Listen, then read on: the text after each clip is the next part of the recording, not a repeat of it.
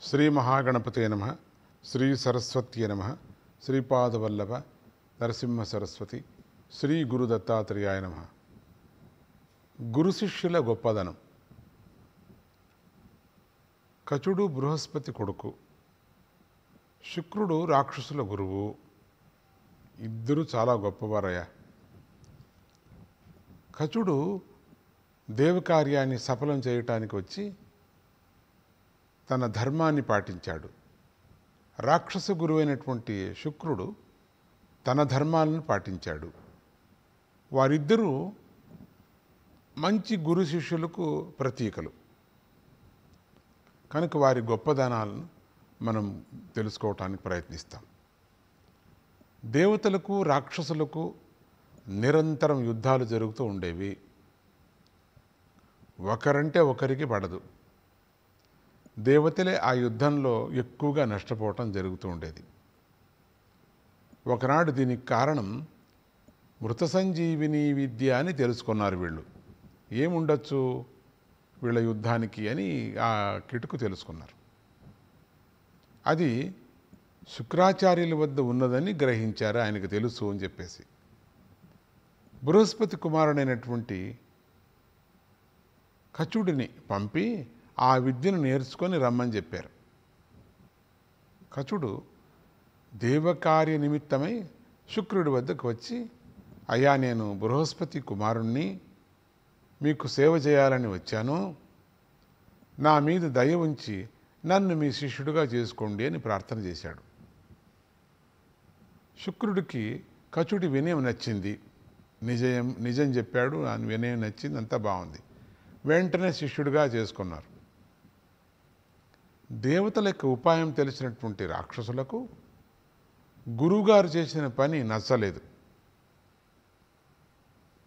శుక్రుడి కూతురు దేవయానికి మాత్రం నచ్చింది. కచుడి మీద ద్వేషంతో ఉన్నటువంటి రాక్షసులు ఒకనాడు కచుడిని అడవిలోకి తీసుకువెళ్ళి వధించి అతడి శరీరాన్ని ఒక చెట్టు కట్టేసి వెళ్ళిపోయారు. దేవయాని పోరు వల్ల శుక్రుడు ఆ విషయం గ్రహించి మృత సంజీవిని విద్య ద్వారా కచుడిని బ్రతికించాడు. రాక్షసులు మరొకసారి కచుడిని వధించి బూడిద చేసి మధ్యలో కలిపి అది శుక్రుడి చేత తాగించేశారు. ఎంత బాగుందండి ఇది.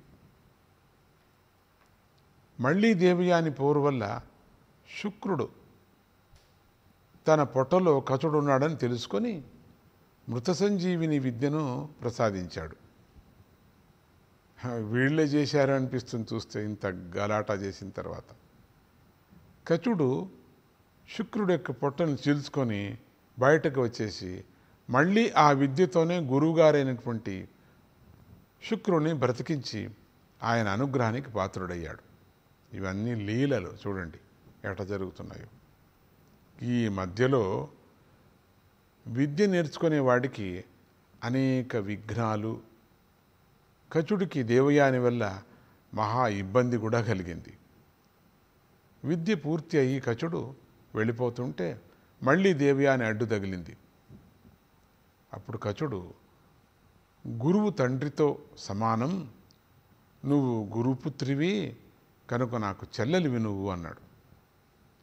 ఆ మాటతో దేవయానికి కోపం వచ్చి, నువ్వు నేర్చుకున్న విద్య నీకు ఉపయోగపడదు అని శపించింది.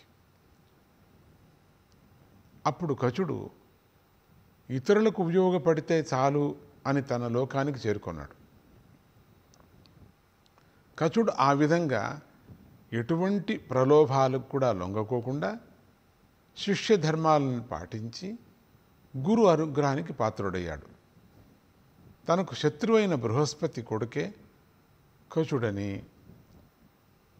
అతడు దేవకార్య నిమిత్తమై తన దగ్గరకు వచ్చాడని తెలిసి అతడిలో ఉన్నటువంటి సుగుణాలను మెచ్చుకొని తన ధర్మాన్ని పాటించాడు శుక్రుడు. విద్యా విషయంలో గురువుల శుక్రుడిలాగా తన ధర్మాలను నెరవేర్చాలని, శిష్యులు కచుడిలాగా తమ ధర్మాలను పాటించాలని చెప్పేసి ఈ సూక్తి మనకు బాగా బోధిస్తుంది. వాళ్ళ ధర్మాలను వాళ్ళు పాటించాలి.